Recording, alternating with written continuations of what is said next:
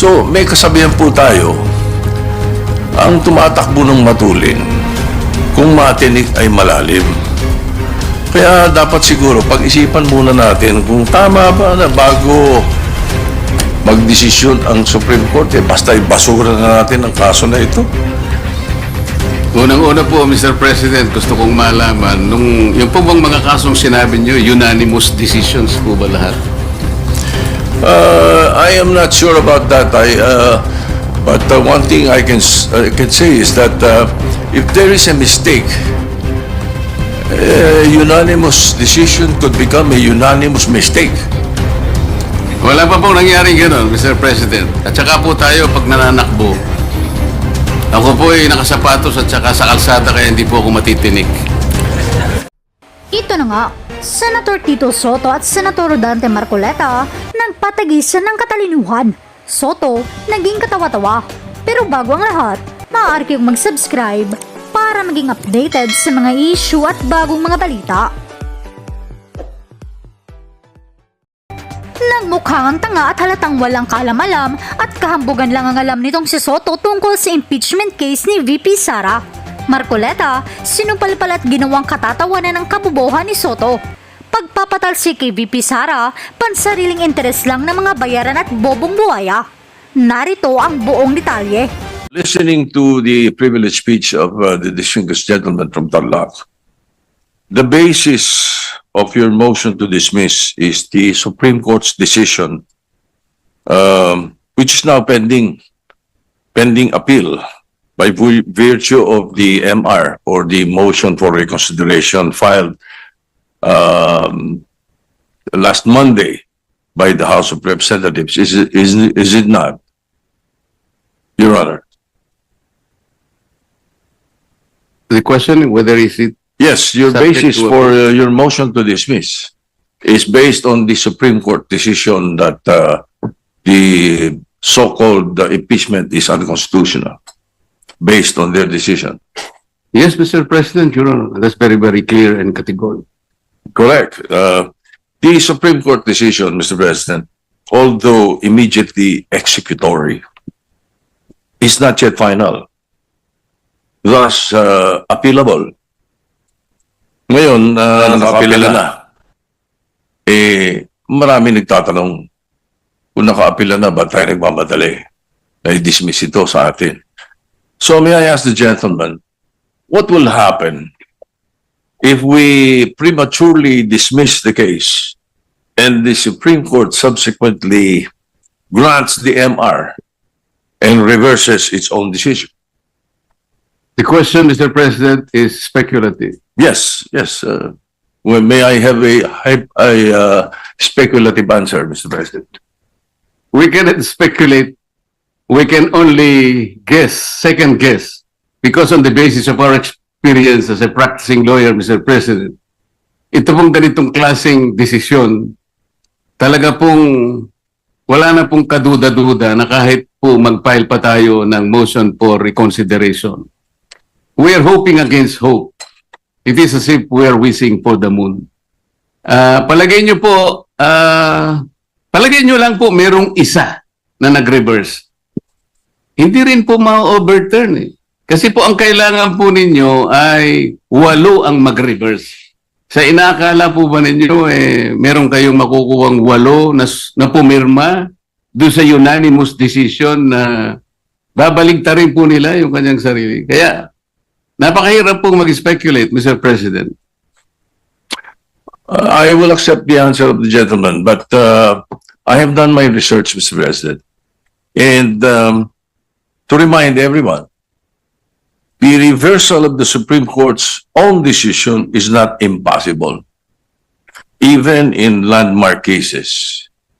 In the case of Labogal, Bilaan Tribal Association Incorporated versus Victor Ramos, GR number 127882, December 1st, 2004, questioning the constitutionality of Republic Act 7942 or the mining law, the Philippine mining law. The Supreme Court granted the MR reversing and setting aside its earlier ruling. And also, Mr. President, just a few days ago, the Supreme Court reversed its own ruling on the definition of a stockholder. This is the case of Lily Lopez versus Lolito Lopez with GR numbers 25497-957-58. So, may kasabihan po tayo, ang tumatakbo ng matulin, kung matinik ay malalim. Kaya dapat siguro pag-isipan muna natin kung tama ba na bago magdesisyon ang Supreme Court, basta ibasura na natin ang kaso na ito. Unang-una po, Mr. President, gusto kong malaman, yung po bang mga kasong sinabi nyo, unanimous decisions po ba lahat? I am not sure about that. But one thing I can say is that if there is a mistake, unanimous decision could become a unanimous mistake. Wala pa pong nangyari gano'n, Mr. President. At saka po tayo, pag nananakbo, ako po ay nakasapatos at saka sa kalsada kaya hindi po ako matitinik. Well, Mr. President, there's always a first time. Regardless of whether it's unanimous or not, unanimous decision does not bar an appeal or a reversal, Mr. President. That is one thing for sure.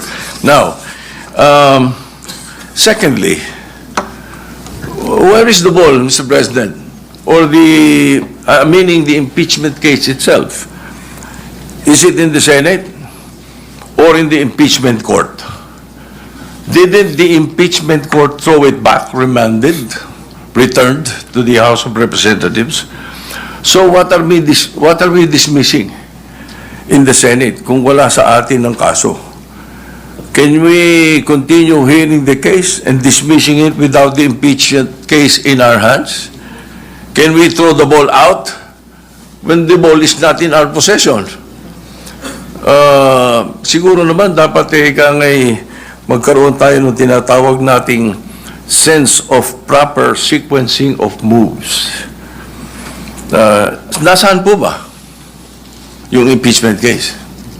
Mr. President, kanina po sa aking clarificatory statement, ang sabi ko nga po, yung ginawa pong initial proceedings noong 19th Congress Senate, yun po ay nangyari sa panahon po ng 19th Congress at lahat po yun ay naisantabi lahat sapagkat natapos nga po ang termino ng 19th Congress on June 30, 2024. Kaya po natin sinasabi, Mr. President, na dinidismiss na po natin ngayon sapagkat tayo po ang nasa lugar na sinasabihan ng Korte Suprema nung sabihin niyang ito ay immediately executory. Sino pong mag-i-execute nun? Hindi naman po i-execute yun ng House of Representatives. Maliwanag naman po na tayo lamang ang tinakdaan ng kataas-tahasang hukuman na gumawa ng paraan para isang tabi na po ang usaping ito sapagkat napagtibay nga nila na ito'y unconstitutional, void ab initio, at wala na po tayong jurisdiction para dito. Thank you, Mr. President. Your Honor, thank you. But as I said earlier, not because it is immediate and executory does not mean it's not appealable. Now, to continue, Mr. President, I hope you don't mind. I will be posing a question, but then I will be doing a manifestation based on this question that I will be posing. So I'm certain that the gentleman from Canal Rock has read the 97 pages ruling of the Supreme Court to come up with this motion. So the question is, must we agree on the statement of the decision of the Supreme Court on page 3, page 56, as basis that the one-year ban has set in? With that question, allow me to proceed with my manifestation. with your permission, Mr. President, for the benefit of our colleagues, my colleagues, the last paragraph of page 3 states that, quote, since the 19th Congress terminated, the 3 impeachment complaints became enacted upon, end of quote. Again, this was reiterated in page 56, second paragraph of Roman numeral 5. It says, quote, the House of Representatives, however, was unable to act on the first 3 impeachment complaints because of the adjournment of the 19th Congress. To continue, for constitutional purposes, the first 3 complaints were effectively dismissed. In both instances, Mr. President, the Supreme Court was referring to the February 5, 2025 adjournment. But they have, erroneously believed that the said adjournment is the same adjournment with the sine die adjournment that ends a Congress. It is not. February 5 did not terminate the 19th Congress as stated in the decision. The sine die adjournment of the 19th Congress was on June 13, 2025, wherein the last session day was last June 11. Mr. President, and for the information of the public, there is a world of difference between adjournment versus adjournment sine die. Now, sa atin, pag nag-adjourn tayo for the Christmas break, nag-adjourn for the Easter break, nag-adjourn for the election period, nothing dies. The treaties, bills, resolutions, anything filed continues. It is never archived. Well, perhaps the lawyers of the ponentes did not realize that, or they were not familiar with the rules of Congress. As I said, this is a world of difference. Now, this is a transcendental case. Ang laking constitutional issue. Wala man lang oral arguments, or at the very least, a consultation with some members of Congress or members of the bar na nakakaintindi ng rules ng Congress regarding the procedure. In that matter alone, Mr. President, kasabihan ninyo mga lawyer, falsus omnibus, falsus unos, falsus omnibus. Mistake in one, mistake in all. In that manner, they wouldn't have decided based on their unfamiliarity with the legislative process. May mali agad eh. Pati ba legislative rules natin gusto nilang palitan? Ganun ba yun? Maybe not everyone may appreciate the importance of the legislative calendar of Congress, but us, it is a big deal. That's why I'm stressing this point. Concurrent joint resolution pa nga when we approve this calendar, only to be misinterpreted and used erroneously in this case. Nag-adjourn daw yung 19th Congress. Kaya na-archive lahat. Now, may kinopya lang, kopya, mamali pa. Sabi nga kanina ng ating distinguished gentleman from Tarlac, hilaw yung complaint. Hilaw din yung decision. In addition to this factual error, Mr. President, it can be seen in the website of the House of Representatives that the 3 impeachment complaints were referred to the Committee on Rules and were consigned to the archives on February 6, not February 5, as claimed in page 78 of the decision. Nag-housekeeping lang ang House, kaya in-archive, hindi to end the Congress. This archiving were not the results of the ending of the 19th Congress, but because of the fact that the fourth complaint were already filed and transmitted to the Senate. Eh dito pa lang, Mr. President, pilit na patunayan na barred ang fourth complaint. Kapag ayaw, may dahilan. Kapag gusto, may paraan. Now, to continue, Mr. President, and this is very much related. The Supreme Court,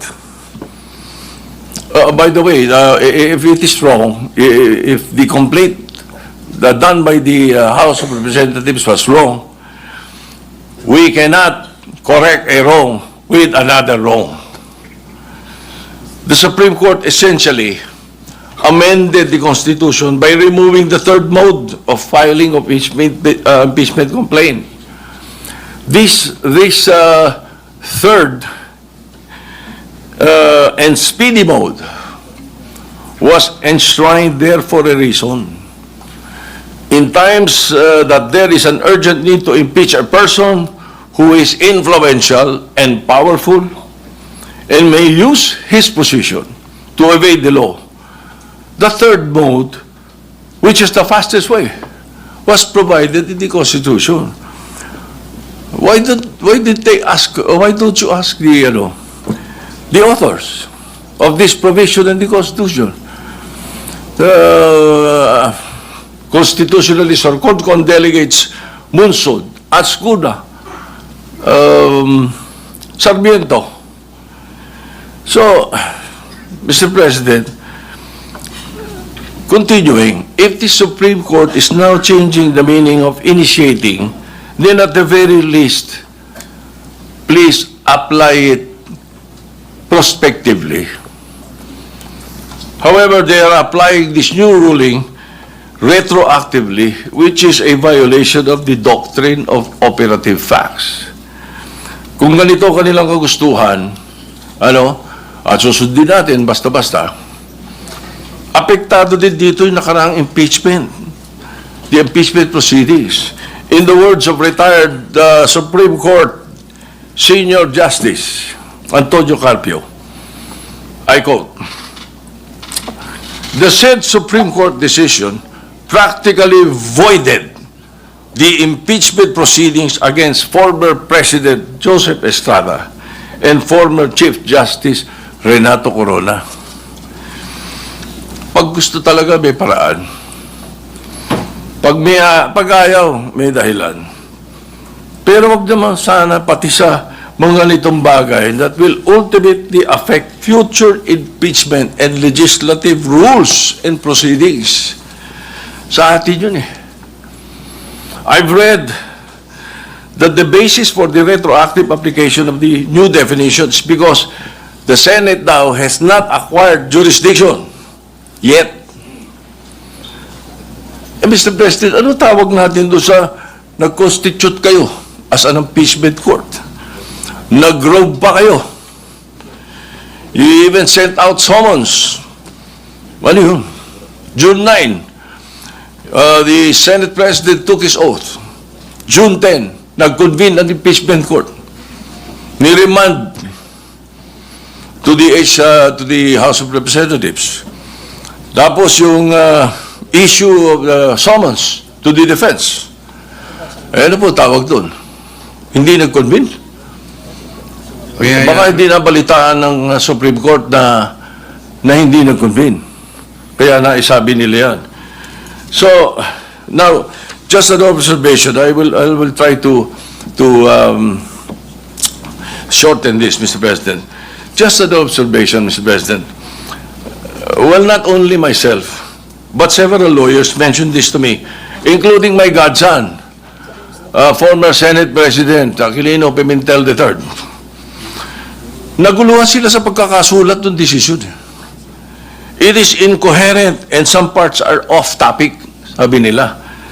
Para bang pinagtagpi-tagpi, basahin nyo mabuti. Uli, ang dami, gagaling ng mga abogado rito, basahin nyo. It even quoted the entire Article 11 of the Constitution, not only once, but twice. It seems there were two ponentes. Parang dalawa author dito.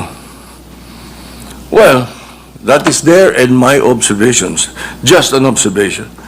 So, Mr. President, the personalities in this present impeachment case is of no moment to me. The Vice President is a friend of mine. The former President, President Duterte, has been my friend since 1988. Everybody knows that. What I'm pointing out is the danger of outright dismissing the impeachment proceedings by virtue of a decision that is not yet final and still pending appeal. Justice Leodin himself said, Mr. President, I quote, "The Supreme Court is not perfect. Citizens and academics certainly have the right to call attention to the fallibility of the courts." Tama po yun. There is no perfect institution.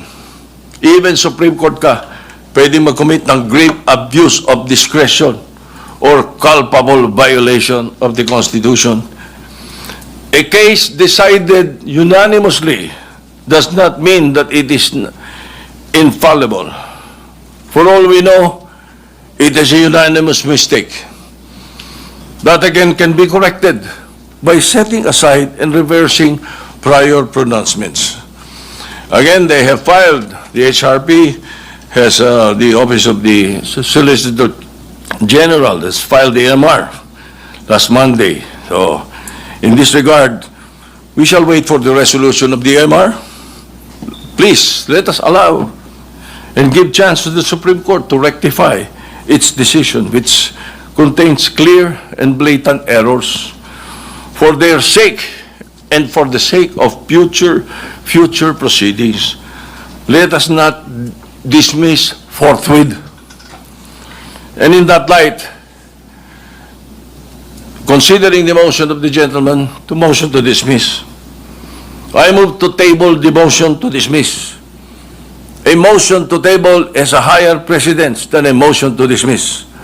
Thank you, Mr. President. Mr. President, may I have a quick reaction to the manifestation of the gentleman? The gentleman may do so if he so desires. Mr. President, in the answer of the Solicitor General in behalf of the House of Representatives, there was already a categorical admission that the three initial complaints prior to the fourth one were dismissed because they were all archived. As I have said, archiving is not part of the rules of impeachment of the House of Representatives, but they just did it. Palusot lamang po yun, Mr. President. Paano mo i-archive nang hindi mo susundin yung tatlong steps na sinasabi ng sarili nilang tuntunin? These are not baby steps. These are constitutional steps. At kanina po ipinakita yung slides na yung inclusion in the 10th session day is constitutional. The referral to an appropriate committee is constitutional. There was no referral to any committee. Ang ginawa po nila, tinransmit nila sa Senate without requiring themselves to observe another provision of their own rules.